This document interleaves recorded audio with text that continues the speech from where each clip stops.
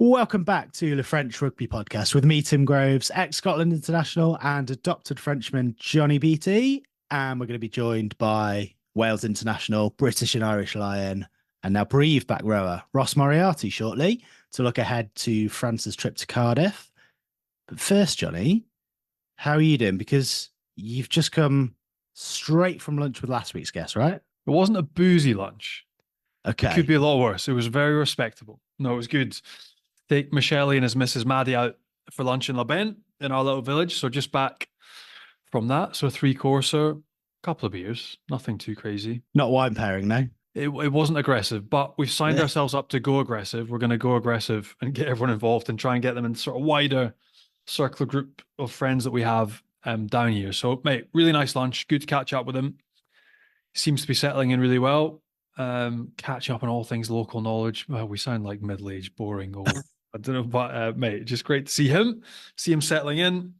He's going to take me for a surf lesson soon as well. So, no, good lad. And that isn't the only rugby player you've been fraternising with this week. Not surprised you are a rugby player, ex-rugby player, but a current rugby player. And this one, well, it is for work, but I mean, it looked like it was fun. So I was down for World Rugby in just outside Montpellier in the Camargue region, which was nice. Spent the day with Cobus Reinach. It looked a little bit Yellowstone, maybe a bit broke back. If you ask my missus, she was like, what were you up to? I was very tempted to take the still that you put up and put it alongside, Jake Gyllenhaal from that movie. But then, I don't want to be offensive. Like, who wore it better, Johnny or Jake? Don't know. Definitely Cobus. But mate, we had an amazing day. So we actually, a little bit of time learning about Provençal culture. We were like working the bulls down there. We were on top of the Camargue horse that like even family friends down there don't get to ride the horses, but they let Cobus ride because he's double World Cup winner.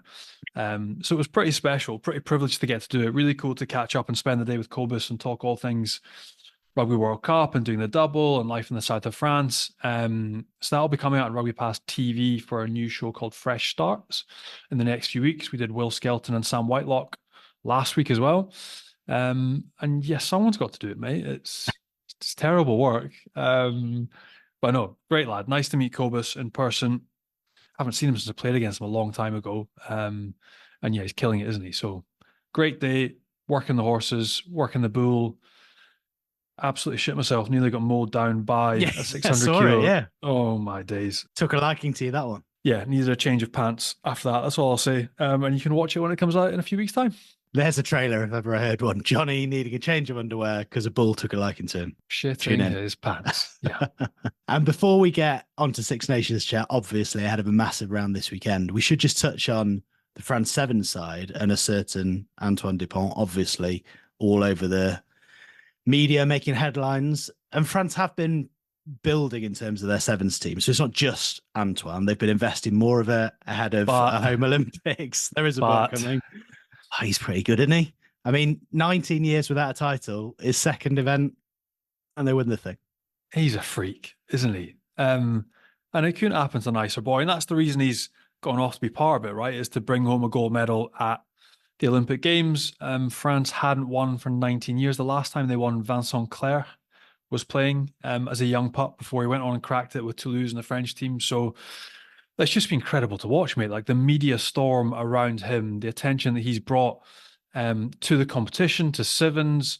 There's actually quite a lot of, not hate, but, people being quite mean on social media. But the amount that he's drawing towards the game in a different format is awesome. Like, I don't know why you would hate on that. To see him bringing success. Yes, they've been building nicely, but he also happens to be the best player in the world. He's creating things, he's offloading, he's crossfield kicking, he's bringing that vision in rugby IQ from 15 straight over to sevens. And you imagine me going over it. I'd look like a 108-year-old man trying to play, whereas he actually has got the speed, the quickness, the sharpness to look like he's been doing it his entire life. So incredible for him, wonderful for French rugby. Hopefully just a start before they kick on and try and do it in July here during the Olympic Games. And yeah, super chuffed for him. Yeah, I think all the negativity just comes from the fact that it's like Jealousy. It's got to be yeah, jealousy, right? basically, and the fact that it's sort of the Antoine Dupont show. But that's not his fault. He's the most understated guy you can get. And yeah, France have been building. They've invested more in it. Clearly, home Olympics, they are a better team than they were a few years ago. But I don't know if they win that tournament without Antoine Dupont or not. Probably not. The evidence suggests. Well, statistically, the last 19 years would say most Yeah. definitely not. So yeah, that's what he's brought. And again, it is the fact. Look, he is the best player for me on the planet, especially when it comes to initiative and creativity and getting out of situations. It's everything you'd want in a sevens player. And then he also has the pace to burn or offload and get people away so they can finish. So incredible to see him. Not enjoying the negativity on social media, and I've just really enjoyed his performances, the media storm that's been drummed up around the competition. Because if you look at the stadium, right, like Cape Town, great, Dubai, great, Australia, great, and then LA, there's been a bit of a drop off. So it's actually quite nice that Vancouver and LA, he's there to try and boost whether it's broadcast, interest in the competition, tickets for next year, or the final day's competition. These are all positive things. So he's done a fairly incredible job. Okay, Six Nations now. Big deal this weekend. France, couple of weeks since, obviously, a disappointing showing against Italy. We were talking about discipline before. Hopefully, they won't get a red card. Hopefully, they'll be able to play with a full complement this time around. But what are we expecting from France? What's coming out of the media there? So weird one with media and French rugby public. Everyone is very negative at the minute because it's very easy to jump on the bandwagon when things aren't going well. I had my baker this morning as I went to get my baguette. So French. It is what it is. Dropped the kids off, went to the baker, and then he's telling me he's in mourning for the French side, and it's been the death of. I'm like, mate, come on. Like, they're missing half their team. They're still to come back. You had Morad Boujalal this week on the Moscato show, which is Vincent Moscato, the old hooker for the French team, basically dumping on Fabien Galthie. He's no longer the man of the situation. Why is he there? He's only good with exceptional players. I mean, yes, you lose 8 players, it's going to have an effect. But I don't know. I think people in general need to realize that this is high-level international sport. We go through cycles. Sometimes things are off, and they will come good. The other thing from French media has just been the desire and want for new, fresh faces. That often happens as part of that a lot with the Scottish side when it isn't going well. Right, who can we bring in? What will fix? What can we change? And I think this week we will see quite a few changes, which is exciting, what people want. But I would still just temper all this want and expectations from new faces that it's going to take a little bit more time. All those nuts and bolts we've talked about, backline, up front, lineouts, all these little things that take time with new coaches, they will take time to settle. But the quality is still there. The quality of coaching at the top is still there. And the players are still of a level that they will come good and they will compete, say, in next year's Six Nations. But obviously this one's just been a bit of a disappointment. So yeah, there'll be a few new faces this weekend, which hopefully will make a little bit of a difference. Those new faces are out of necessity, right? Or are we going to see some that are not necessarily enforced changes? Well, you've obviously got Joe Dante. He's been sent with a 5-game ban and off to tackle school. So we're going to have a new centre. Injury again with Mathieu Jalibert. He's gone. So we're going to have a new 10.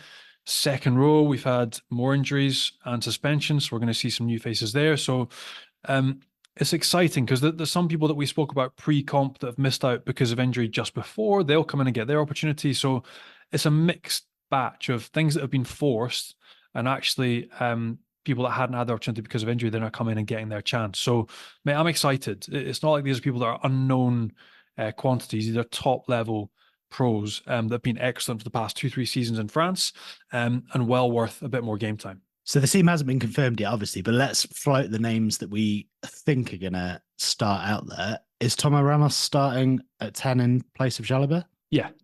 So I'll give you the team that they've been running with on Monday, and we're recording this, on Tuesday, just after lunchtime. So the team they ran with this morning.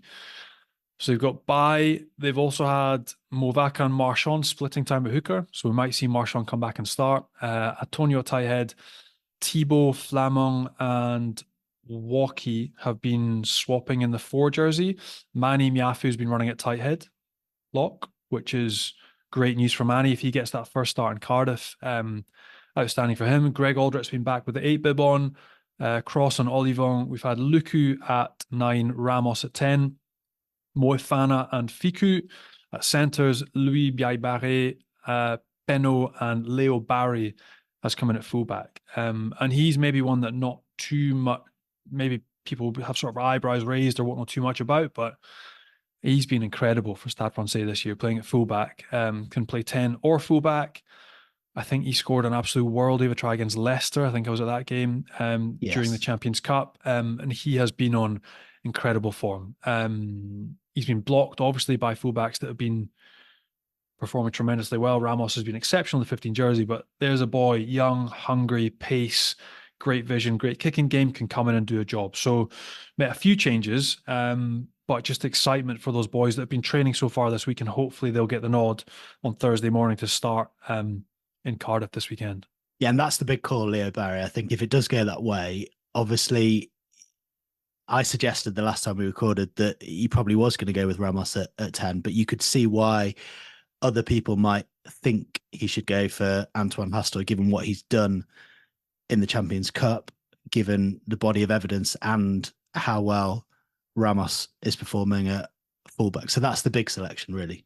It is the big selection. Hastoy was obviously the third choice at the World Cup as well. A bit of a dip of form at the start of the season with La Rochelle, with all of their players away injured.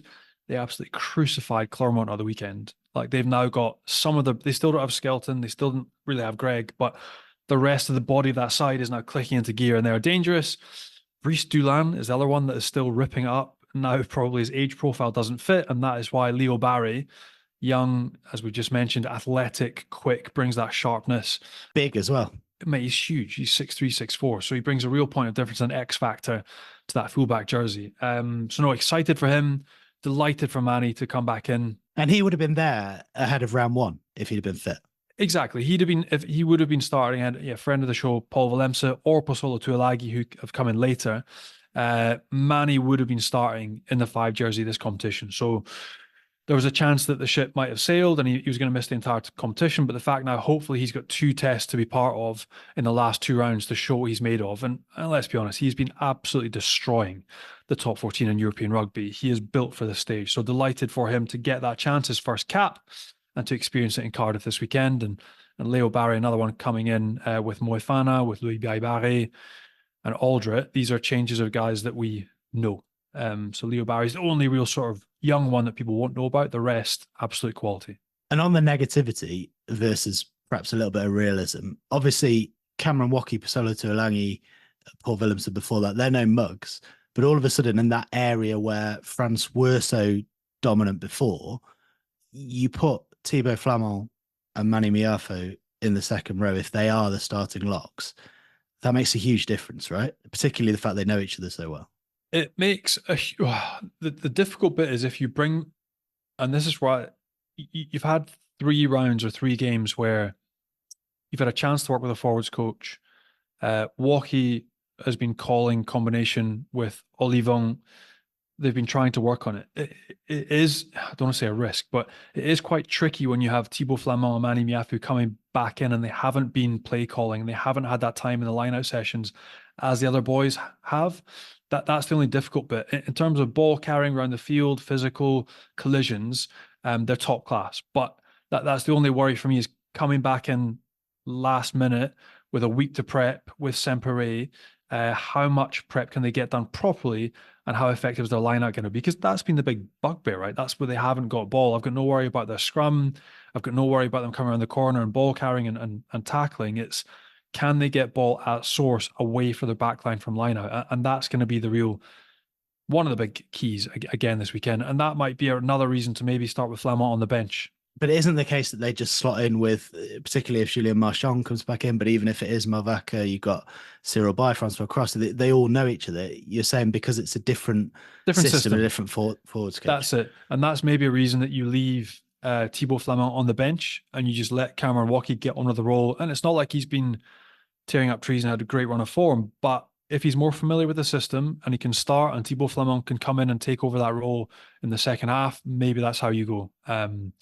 But that's the only difficult bit for me and these guys is the changing system, changing column structure, changing line-out setup. And it's not always easy to come in with one essentially we've got 2-3 sessions together, and then to execute at top level Six Nations is difficult. But mate, looking forward to seeing them get their chance, and then running out this weekend in Wales. And he's still pretty young, but we were saying last time that we thought it was going to be Yoram Mofana who came in the centre for Jonathan Danty. I presume there has been some clamour in France for either Emilien Gaëtan or Nicolas Deporter. Deporter. He was good at the weekend, eh? Did you see his try? Yes, very good. I mean, a wee bit shambolically defended by Racing, but he's run the ball in from 80, 85 metres, offered up on a platter by Tatafu. But he's another one that he's chapping on the door. He's got to go on the summer tour. Gaëtan and him. And he brings size, he brings speed. He looks the full package, but he's not even getting a chance with international side because there's top quality internationals in front of him. So, mate, it's Deporter. He's the next one that's got to get his chance on the summer tour. He's the next one that needs bled into the side because he is exceptional. Let's get a Welsh view on the game now then, and have a chat about life in France generally, of course. Wales international, British and Irish Lion, and now Brive back where Ross Moriarty joins us. How you doing? Very good, thank you. Ex-Welsh international, I think. Welcome to that. It's been a good experience in France so far.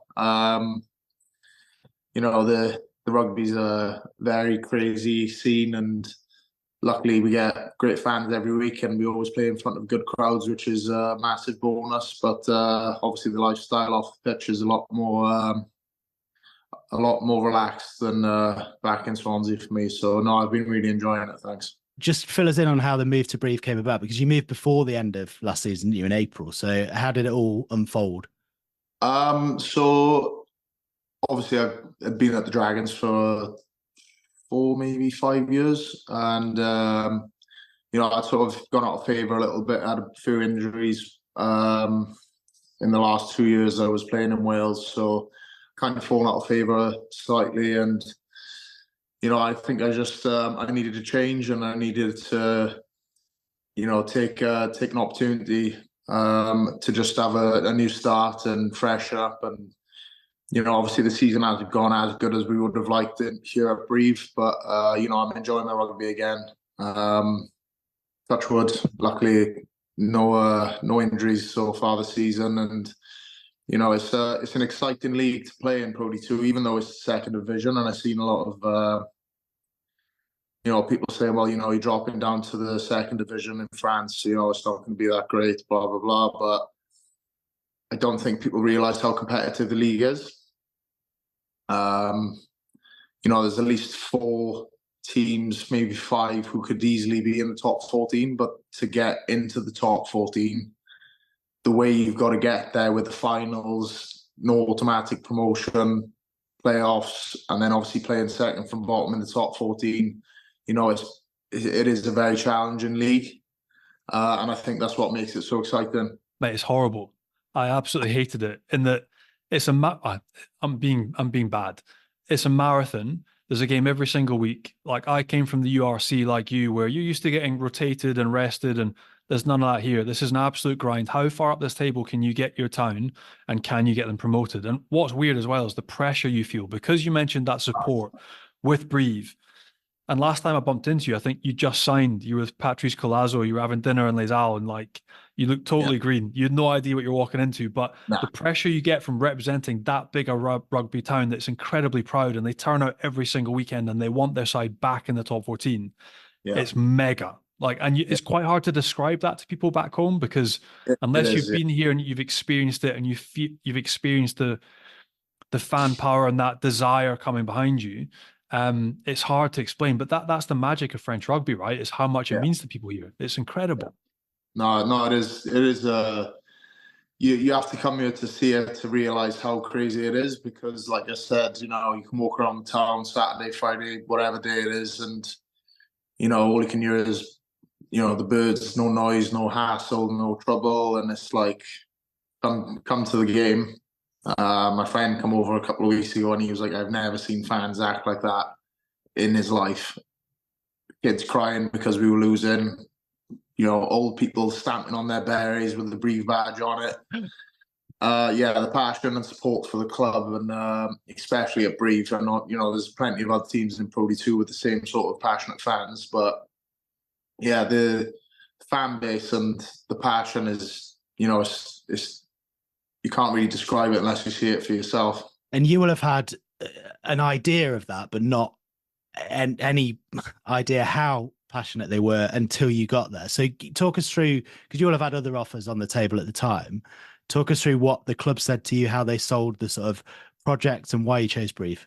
It was all done very fast because, I met with my friend Martu, who was playing at Brive when they were playing against Scarlets in Europe. And the deal came about basically. I asked my friend to speak to the coach and just have a little word and see what he says. And then it turned out that week was the week they needed to sign someone as a medical joker.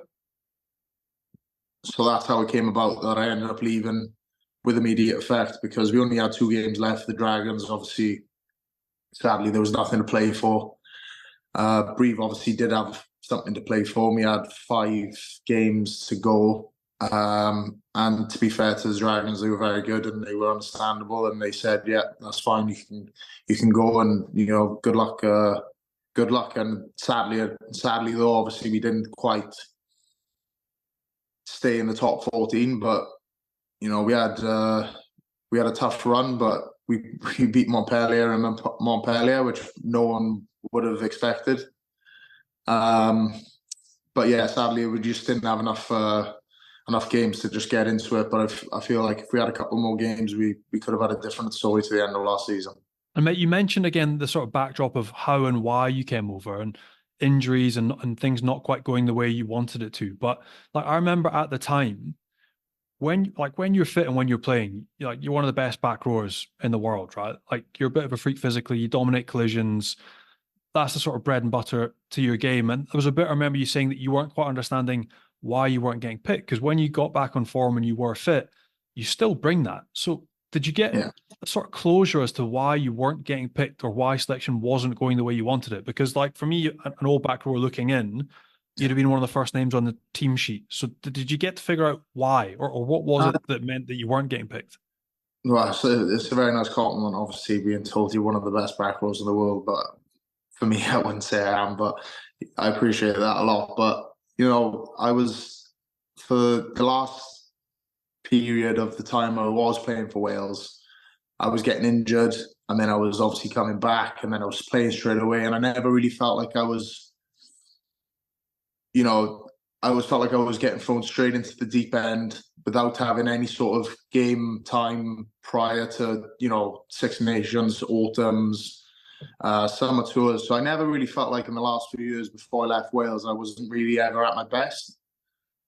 And it's understandable. Obviously, coaches are going to want to see other players and they want to test new things, and I understand that completely. But I was quite frustrated at the last period of my time in Wales, because I did feel like, obviously I had that run of games and I played basically the full season for the Dragons, and I feel like I put my hand up, and I still wasn't getting selected. So the disappointment which obviously comes with that is, if it really affected me, because I love playing for Wales. And obviously people say, oh, you played for England under 18s, under 20s, but at the end of the day, I was born in England, lived there for 2 years, grew up in Wales, went to school in Wales, ended up in college in Hartpury, and England were the first team to give me an opportunity, and I had to take it with both hands. And then obviously, luckily, it worked in my favour, and I got to play for Wales, which I always dreamed of. But yeah, I feel like, after the last Six Nations we played in, I had a feeling something was going to change. Obviously, PVAC ended up going. Obviously, change of staff again with Warren coming back in, and I think there was a big sense of, even though I'm only 29 years old, which isn't considered old in rugby, I guess. I think people forget how young I still am, because I've been around for such a long time. But yeah, watching Wales now, at the beginning, I was a bit bitter and whatever, but now, I think I kind of moved on from that, and I see the world and the rugby in a different light. You mentioned you're only 29. You also mentioned how good the level is in Pro D2 that people don't realise, and people often sort of look down their nose and say that you've dropped down a level.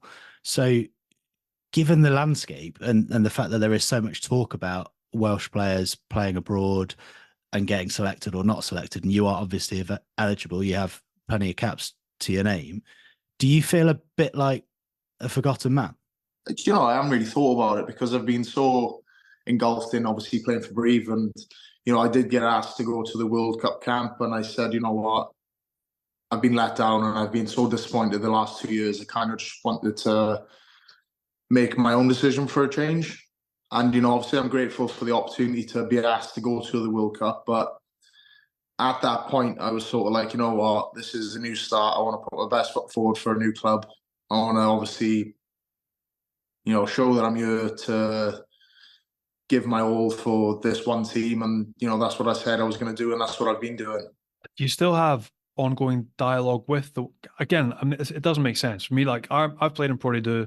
I always thought you still have the internal capability to play for your national team. I thought for Scotland could still do it. Mate, you're 29, clearly way better than I was, and you definitely still can play for Wales again. So like since that World Cup camp, is there still an ongoing dialogue? Do they still keep tabs on you, or has it gone quiet since? I haven't had any contact personally. You know, I'm still friendly with some of the coaches, and obviously I speak to some of my mates who play.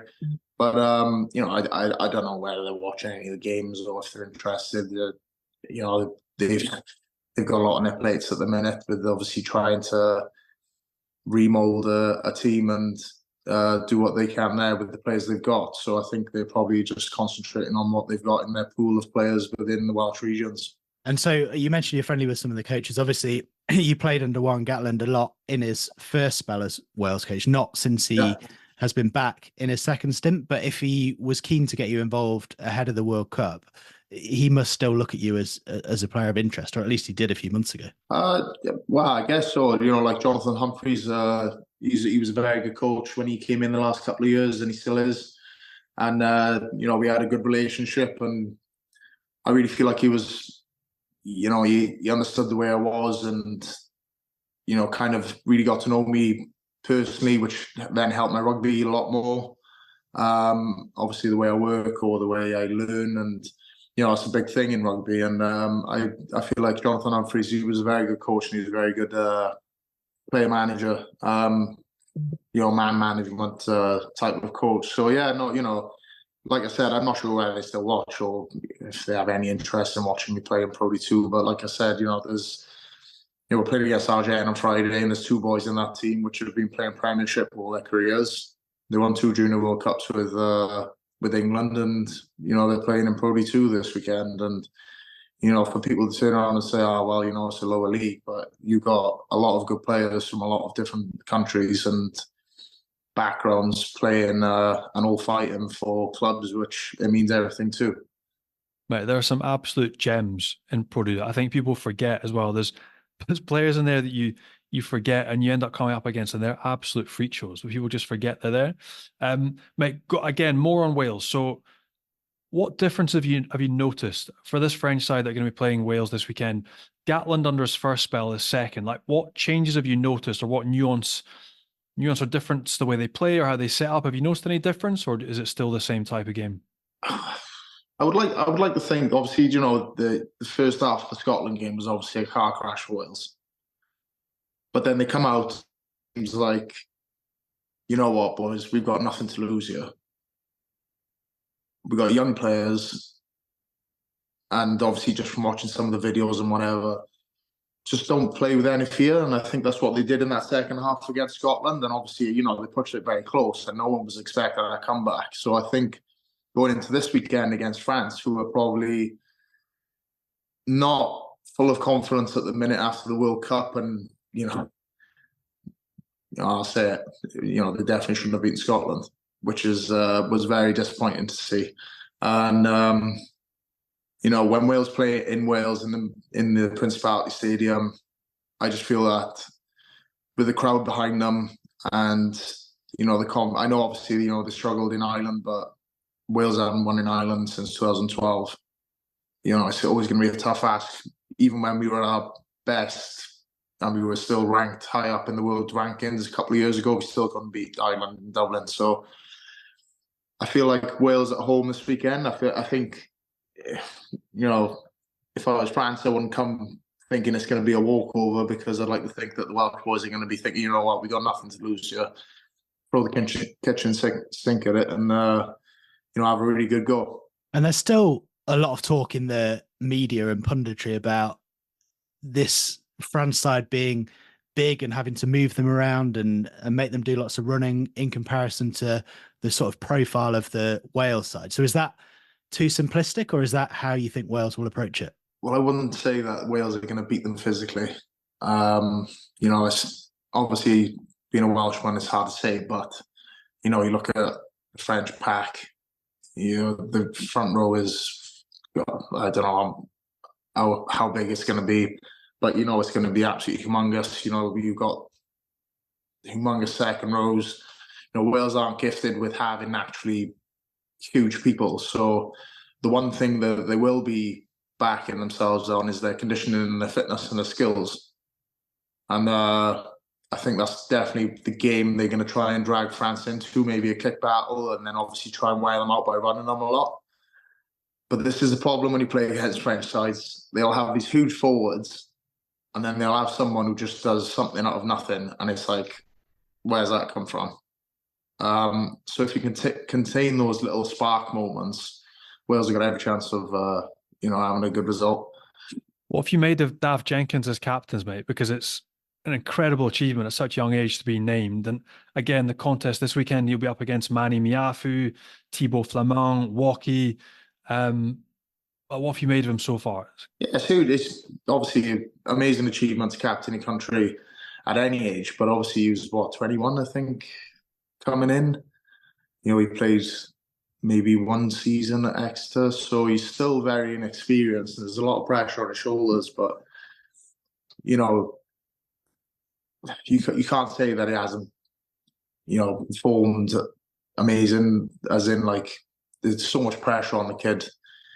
You almost feel like, Christ, give him a little bit of a break if he may not have a world-class game and stand out, because he's got a lot of pressure on his shoulders. But I'm sure, obviously, like I said, he's got a very experienced coach, Warren Gatland, who's coached, Alan Jones for the last however many years. I'm sure he's got some very good words to be able to say to him to keep him sort of not letting the burden of the captaincy get on top of him. And Daffy Jenkins is obviously at the forefront of a new generation for Wales. Yeah. And aside from your situation, obviously you've seen what's happened to certain other players even before the World Cup, because you look at the likes of England, other countries as well, in terms of the regeneration they're going through, but there's still a lot of experienced players being picked, whereas Warren Gatland in his second spell, even before the World Cup, seems to have taken the approach of, we're going to clear out the old guard and we're going to invest in youth. So, I mean, as an experienced player, what do you make of that? Do you think there should be more of a blend, or do you quite like the fact that he's saying, let's take it forward with the youngsters? I think it's tough. It's tough for any squad to just say, you know what, get rid of all the experience. But there is still a couple of experienced lads in there. Obviously, George North is playing, Adam Beard's in second row. They both got a lot of caps between them, probably more than the starting team put together. But when you watch some really top teams, they'll drip feed young players into experience, and obviously then they'll have less pressure on their shoulders. Obviously, they'll have more experience around them to be able to help them through certain games and certain situations. And I think it is tough for the young lads. Like, I think the fullback is 19 playing, and he's been brilliant. But yeah, I think doing it the way they've done it, obviously, I'm not a coach. Mark Gatland's obviously coached a long time and knows exactly what he's doing, but I think it is tough for maybe some of the younger lads, and then maybe the only small handful of experienced players to try and try and nurture everyone. So I think it's tough just clearing everyone out and just leaving it to one or two players. I think it is tough for those experienced players there. And it's a hot topic for everyone at the minute, but it's a sort of qualification and the overseas eligibility. Who can play for the country? Joe Hawkins missing out because the 25 cap rule used to be 60 caps. And I guess every country's got their own domestic product, right? But you look at the issues that Wales have had financially.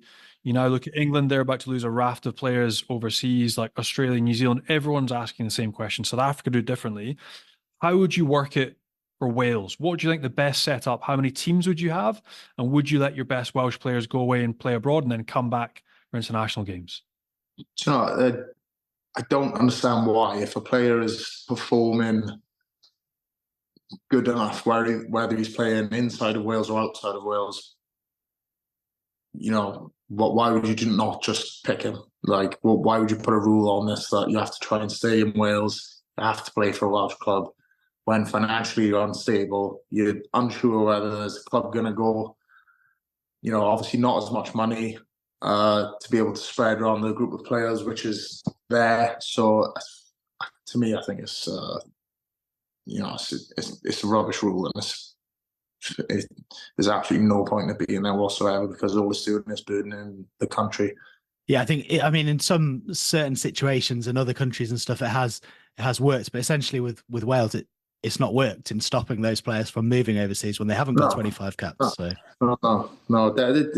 And this is the thing: if you haven't got the money to be able to sustain the clubs you've got, and obviously pay players fairly, which they know obviously if they move an hour or two up the road to England, they're going to get it. I know people say, you should stay loyal to your country and blah, blah, blah, blah, blah. And it's like, if you're doing the same job and someone offers you 50 grand more, you're not going to say no to it, yeah. The way I always saw it as well when I played was, if you'd performed well enough and you'd stood out for your country, it was a real reward. Like you then proved that you were good enough, and a big team abroad wanted to pick you up, and then you're off the wage bill, and especially for countries the size of Scotland or Wales, and then it alleviates a spot, another youngster comes through. So exactly, I've always thought this. It's different for a country like New Zealand, where they've got their domestic product, they have to protect it at all costs. But for countries with a rugby economy like Scotland and Wales, you've got to let them go. Otherwise, you're just shooting yourself in the foot.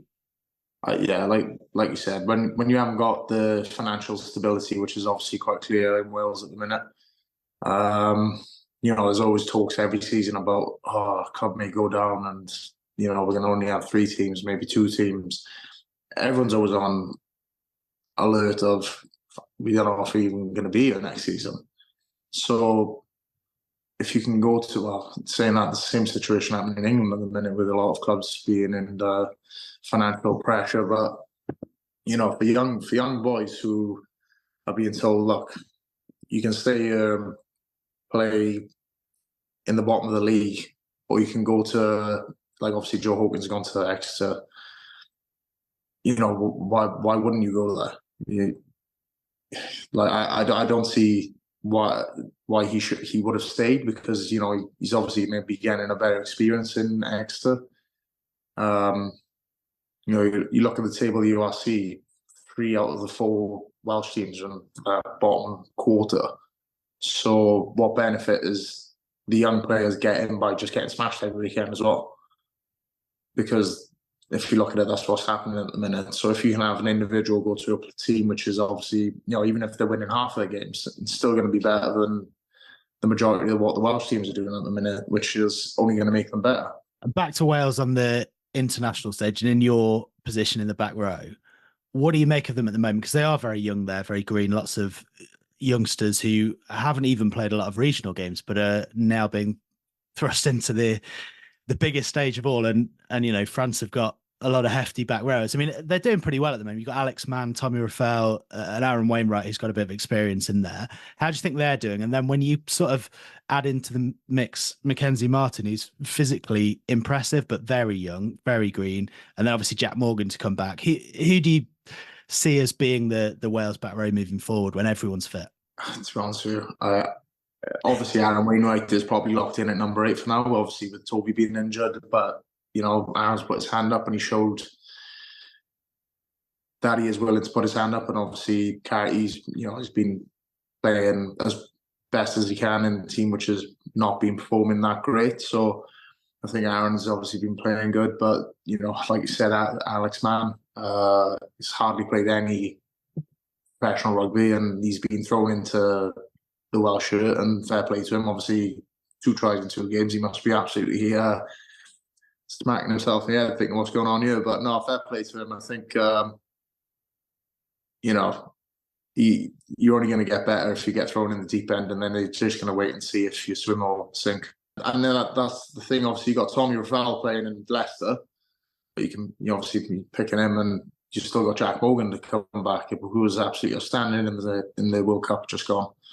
So there's a lot of competition. Team Basham at the Dragons. He's been overlooked slightly now because, to be fair, Tommy Rafal and Jack Morgan are performing, world class. So it's tough. And you got Thomas Young. I know obviously he's been overlooked a lot, and that's very tough for him. But I think the only thing which is holding him back is the fact that maybe just looking at these kids and thinking, we got an 8-year plan, and that's the only thing I could think of for them not to be able to pick him. Gats are still got your numbers, so if you want a bit of experience moving forwards, is your phone on? I've changed my number now. Actually, I've got Fred, so he may struggle with me, but no, of course, if I ever had the opportunity again, look at Dan Lydiard. He was locked in that position in Wales for a very long time with him, Sam Orton, Toby Faletau, Justin Titrick, and I think people forget how tough it was to break that mold when I broke it. It was an unchanged back row for such a long time. Lions together, Australia tour, New Zealand tour. It was huge, and Dan obviously is.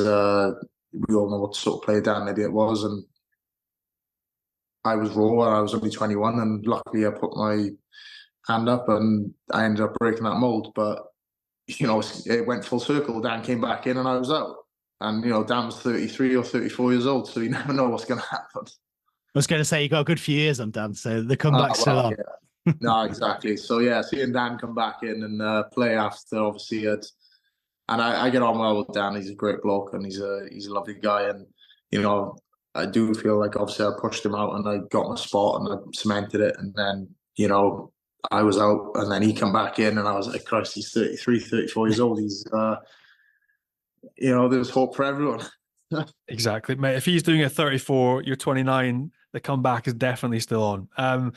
I guess the other area would be fly half, which has been not contentious, but it's sort of up for grabs as well, right? So you got Sam Costello, you got Lloyd. Who have you enjoyed watching? Who would you like to see take the jersey and be the Welsh number 10 for the next 2-3 seasons?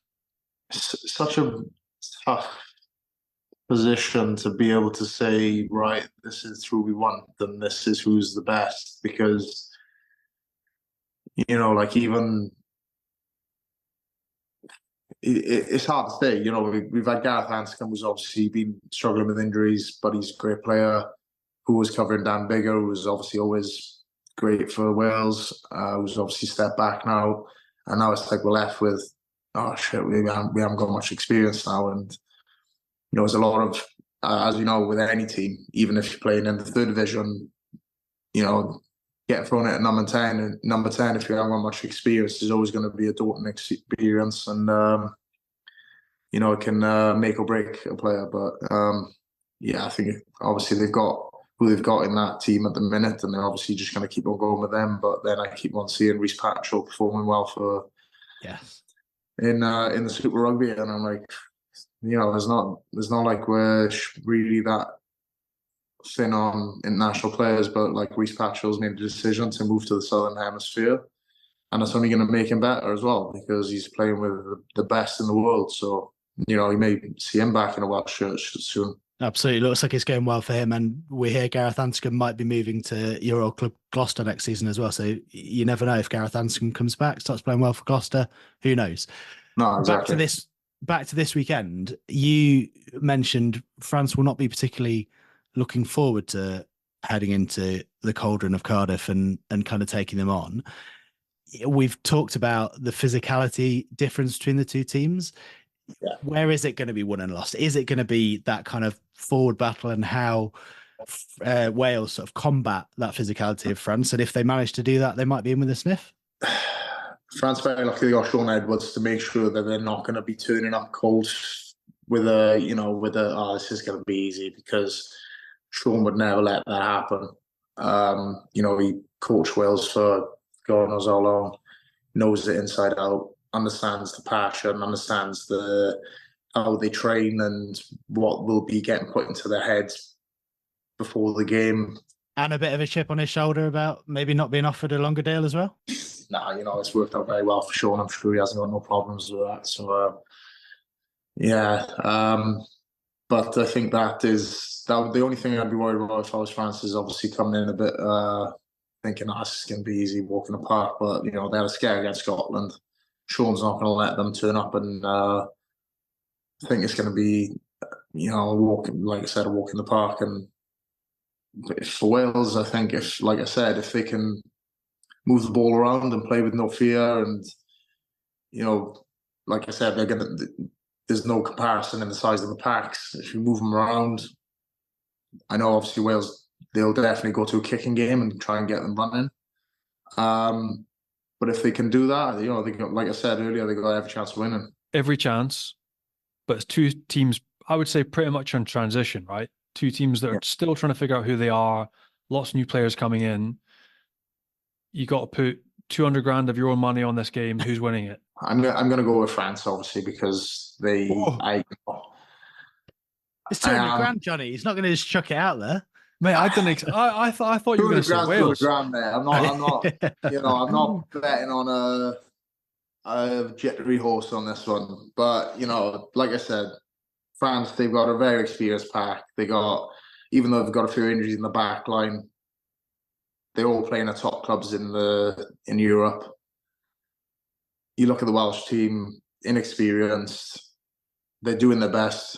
But, there's only so far that's going to get you. But you know what? Like I said, I wish them all the best. And I really think they could shock France if France turn up and think it's going to be a walk in the park. But, I'd have to put 200 grand on France. Mate, if it was a tenner, he might have gone Wales, Johnny, but 200 grand. Yeah. Well, that was it. Come on. I wanted to properly find out, didn't I? Anyway, that is big in Cardiff this weekend, but the huge game this weekend, Ross, you against Agen, level on points in the table, both of you. You mentioned it earlier on. How's that one going to go? How are you shaping up? I think there's three of us. So currently we're ninth, but we're all three of us, so four of us joint on sixth and fifth. So that's how tight the group is in the league. And obviously the way the Pro D2 works, obviously you got to be in the top six to get in the playoffs. Obviously top two don't play quarterfinals, but then the third to sixth play quarterfinals and then so on. So, we did lose against Agen earlier in the season, but I feel obviously with Pierre Broncan, he's come in and he's done he's brought a different coaching style, and I think he's been great for us. And Brive just don't lose at home. Like we don't lose at home, and then we go away and we always struggle, and that's what we need to crack at the minute. And like Johnny said, the fans are crazy for it. It can be up and down sometimes emotionally for French players going away from home, playing at home, which is something I luckily don't struggle with. But I do feel like that is a big factor in French rugby, is away and home advantages. But yeah, if we win this weekend, we've got every chance of doing something good and getting into the playoffs, and you never know what's going to happen. How would you describe your new coach, mate? Because obviously things were a little bit tricky with Colazo. He left the club. He's now at Montpellier. This sort of never-ending circus of coaches jumping about ship in the top 14 continues. And it wasn't an easy start to the season, but you mentioned they're a different style. And Pierre-Henri had obviously been head coach at Cast. He was then with the Wallabies and Eddie Jones during the World Cup. But how would you describe his style to people that don't know him? What's he like as a bloke? And what's your sort of style playing as a team that he tries to implement as a coach? Obviously, with the change change of coaching earlier in the season. Obviously, Pierre's got his way of playing. Obviously, Chris had his way of doing things. So, it was never going to work straight away. But I do feel like the team is definitely moulding a lot better, especially with our attack. But you know what it's like. There's always things you need to work on, and what's the word? Like I said, with the away and home advantages for some of these French lads, it's crazy to explain. But even with the referee and probably too, that can really make a game sort of, you don't know what way it's going, because I do feel like the home advantage is so strong in this French Pro D2 is it can really sway a referee, and fans really get on their backs. But yeah, Pierre. He's a great bloke. He's got a very good understanding of the game. I like the way he wants to play the game. He's obviously added his bits in as he's been here. He was at Bath 2 years as well, which I didn't realise. And then he had that experience, obviously, with Australia in the summer. So it's good to have a coach who's seen other coaches, how they prepare teams, how they train teams, different styles of training sessions. And to be honest with you, with him coming in, it was a lot similar to how I was used to training prior to coming to Brive, which has been good for me. So yeah, no, I've only got good things to say about Pierre. I think he's a good bloke, and he's a great coach. And I think if things don't go as well as we'd like this season, definitely next season we'll be in contention for that top spot. And next season you've got a certain Courtney Lawes joining you, whichever league you're going to be in. So you're looking forward to that? Yeah, it was. Well, when his name came out and I seen it, I was like, this is going to be big if he comes to Brive. Obviously, he had a look at Provence, which are a top team, and if you've ever been to Provence, it's not far from Toulon. It's a lovely, lovely place. Courtney's coming from Northampton. Brive will suit him fine, won't it? Well, this is the thing. Small place, crazy fans. But I think he will enjoy the fact that he can walk through the street in the middle of the week and may not even bump into anyone. Mate, but you obviously know him, right? You've played against him loads. You toured with him in 2000 on the 2017 Lions tour as well. So you know him, he's a mate. So did he pick up the phone and ask, like, what's the place like to check out the vibe? Were you showing him around town? Like, give him a hand? Yeah, I actually get on well with Courtney. Like I said, I played against him from a very young age when I was at Gloucester, and he was obviously at Northampton, and then moving into the Wales setup, playing against him for England. And I always enjoyed playing against Courtney because even though I'm not 6 foot, whatever he is, we have very similar styles of play, as in we both physically confrontational, enjoy the nit and gritty of the game. So yeah, I always enjoyed playing against Courtney, but to think about playing alongside him next season is very exciting, because I think, if you can have more than one person doing a similar thing, which I bring to the team and he brings to the team, he should be absolutely destroying packs. And, obviously we got some other great experienced players in the pack already, so it's only going to add to that. But yeah, no, it's really exciting. It's huge for the club. There's only 50-odd thousand people living in Brive. But they got a huge financial backing, which we're very fortunate to have with investors, and a lot of them are English as well, which is quite crazy. But yeah, no, they've done a great job of signing Courtney, because we know he's always going to give his best every game until his last. So yeah, I'm looking forward to that. You mentioned that financial backing and what it's like in Pro D2, and now the news of Courtney's arrival next season as well. Do you feel a big pressure at Brive? Obviously, you only got relegated last season's first crack at it. We know there's a change of coaches, but you can sort of see the investment. So does that come with an extra pressure? Yeah, it does come with pressure. There is a lot of off-field pressure from the fact that we are getting that financial backing, and obviously as an investor you want to see results, and like I said, the season hasn't gone as smoothly as we would have liked, but they're quite clearly not afraid to sign and do what they need to do to get big names, big players who are still, Courtney, I don't think he's going to be 35 when he turns up. He's still, he could be starting for England, which is huge. So, you're not going to have a undercooked Courtney Lawes coming to Brive. You're going to have, hopefully, gets through the season for Northampton fresh. Doesn't get, obviously he's stepped back from playing natural rugby, which has a huge toll on your body. So, I think he's going to turn up next season. I think he's going to be absolutely flying. Thanks so much for coming on and filling us in on Brive, the game at the weekend. If you do end up in the Pro D2 playoffs, that is a hell of a mix up at the end of this season. So maybe we'll get you back on if you're in those, because it'd be great to chat about that. And also, good luck with Johnny's 200 grand this weekend. Lump it all on France. Safe bet.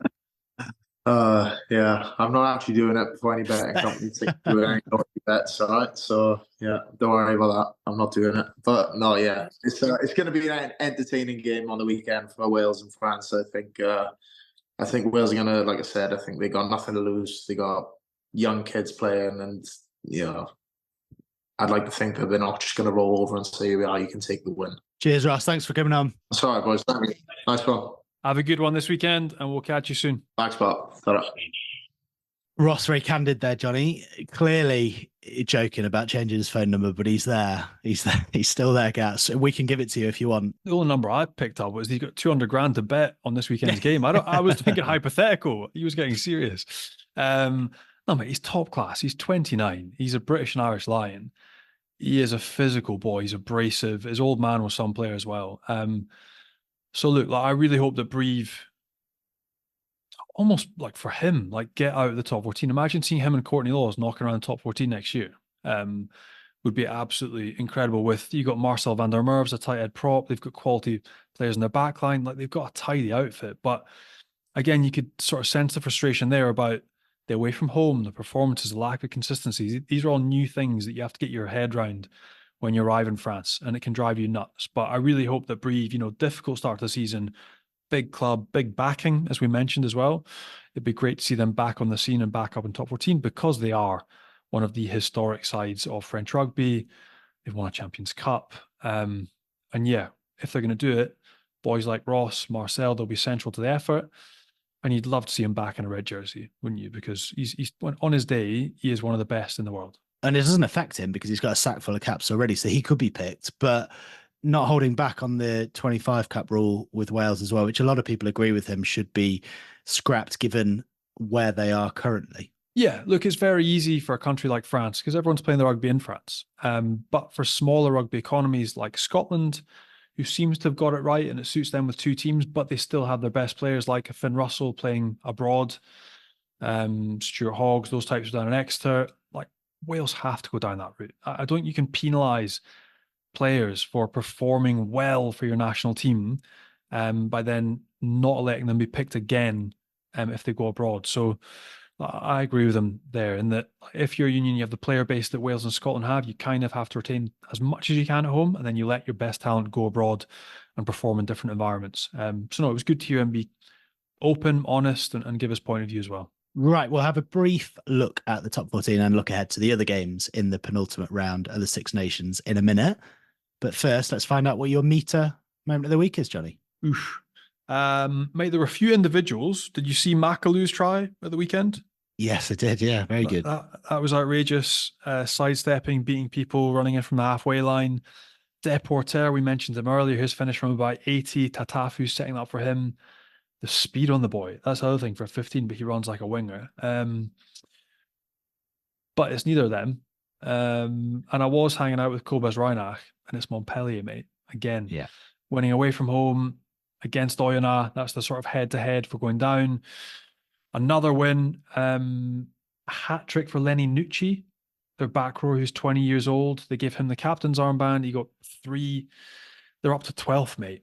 And they're now 5 from 6 in their run. They're the only team with Toulouse to sit at that level, and that could be a catalyst for a surge to reach the barrage. So well done to them. Awesome result away from home. Gets more difficult now for Oyonnax, doesn't it? Really becomes tricky. But for Montpellier, after a really horrible phase in the middle of the season, another big win on the road, and things are looking up for them. And another young back row there. Is that a name we should be looking out for? So, mate, he was part of the under-20s that won the World Cup again last year. You see how much it means to him as well. He was in tears. They lost away from home at Perpignan a couple of months ago. He was in tears at the end of the game, couldn't handle the emotion. So, like, here's a boy, young, raw, physical, means a lot to him to be playing for the club as well. And they've given him the armband at 20 years old. So, yeah, another one, it's ridiculous, isn't it? Another young French back rower coming through, plenty of quality, hat trick at the weekend, and he's only going to get better. There we go. That was Johnny's Meter Moment of the Week. And Meter is the world's #1 wireless meat thermometer, recently making over 20 million cooks better with their game-changing app and completely wireless Bluetooth meat probe. You can use it on a barbecue, in the oven, or in a pan, and you can get your hands on one at meter.com. Plus, you can get 10% off any full price item. All you have to do is enter the code FrenchPod10 at checkout. That's FrenchPod10, and you'll get 10% off any full price item at meter.com. You mentioned Montpellier's win. That was a big one in the top 14. Elsewhere, Toulon beat Perpignan. Good win for them. Mm-hmm. I'm not as interested in the game as I am by some of the reports I was reading about Toulon, Johnny. This is interesting. Allegedly, Pierre Mignoni had sent a message to his players telling them that the smoking area was closed. He's clearing it out. And then it was leaked to the French media and he wasn't happy at all. Mate, there's been an uproar about this. So he sent a WhatsApp. It wasn't allegedly, like he's obviously sent it. So there's a message that says, right, boys, weighing in at 9 a.m. Monday morning, fat testing, and then clear out basically the ashtrays at the club. It's no longer acceptable. You can't be smoking at the club. What just happened, but somebody's then taken a screenshot of that WhatsApp in the group with the players and shared it with a journalist from L'Équipe who's printed it in the paper. And Toulon have had, an up and down year. I've got a few mates that are playing at the club, like good pal Mathieu Bastro. It hasn't been easy, right? And there's a lot of volatility in that area. People are quick to jump on the staff and the players when things aren't going right. So Pierre is trying to, boys, this is something that has happened. It's tolerated in loads of clubs. I'm not sure if that's a shock to everyone, maybe in the wider rugby public, but in France, a lot of the boys still smoke. A lot of the French I was going to say it's 2024, right? This is a cultural difference in France that people will not realize. They won't get it in other parts of the world, but culturally in this part of the world, people still smoke. And therefore, there are certain areas in the club that they're allowed to sneak off to, but it's maybe getting to the stage where they're like, it's kind of taking the piss, or there's too much, or we have to clamp down. And that was what was put in this WhatsApp group, him trying to move things forward and shift the dial.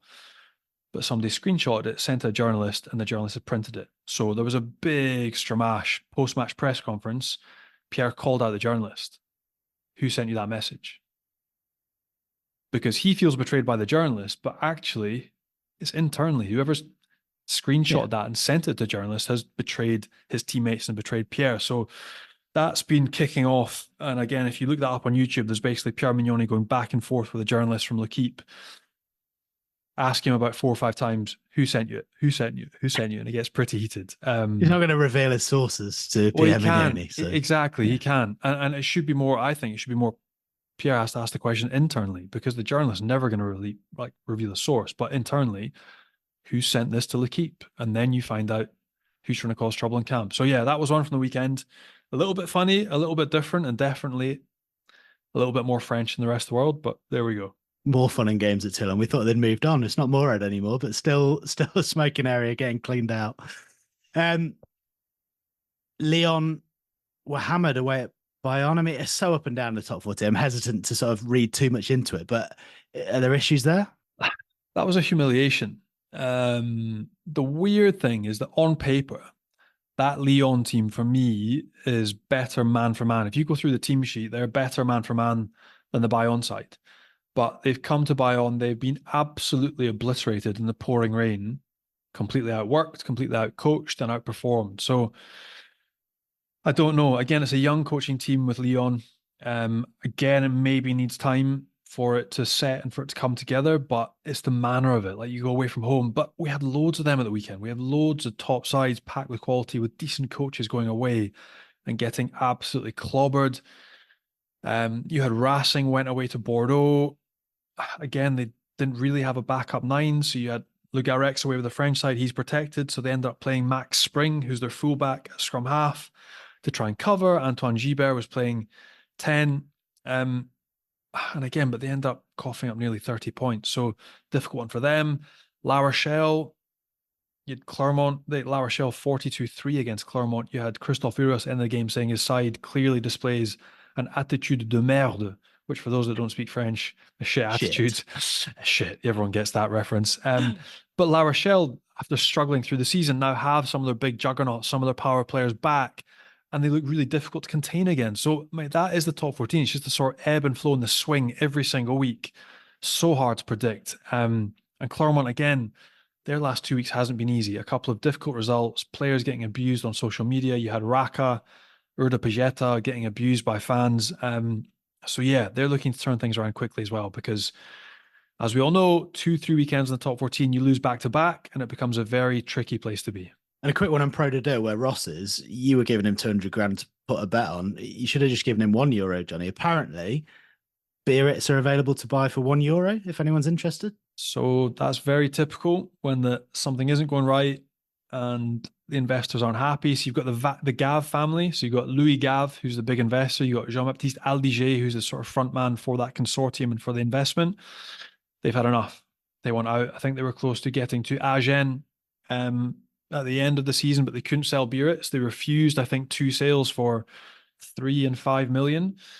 Now they have announced they're happy to let the club go for a sale of a symbolic €1. So they want to just write off their losses, give it somebody for €1 and let them take on the debt. So he was in, what are we, Tuesday afternoon, he was in this morning addressing the players, saying that they won't be there next year, that they will, and again, this is the volatility bit that Ross mentioned that's horrible, like whether it's Welsh rugby, French rugby, just saying to the players, look, your contracts are all going to be honoured until the end of the season, you're going to be paid, don't worry. But now it's what happens. Can they quickly get somebody interested to come in? They've had 2 parties recently that wanted to buy the club, but can they get somebody else to come in quickly, get investment, coaching set up, recruit for next season and try and get Biarritz back up the ladder, because they are languishing at the bottom of Pro de Deux.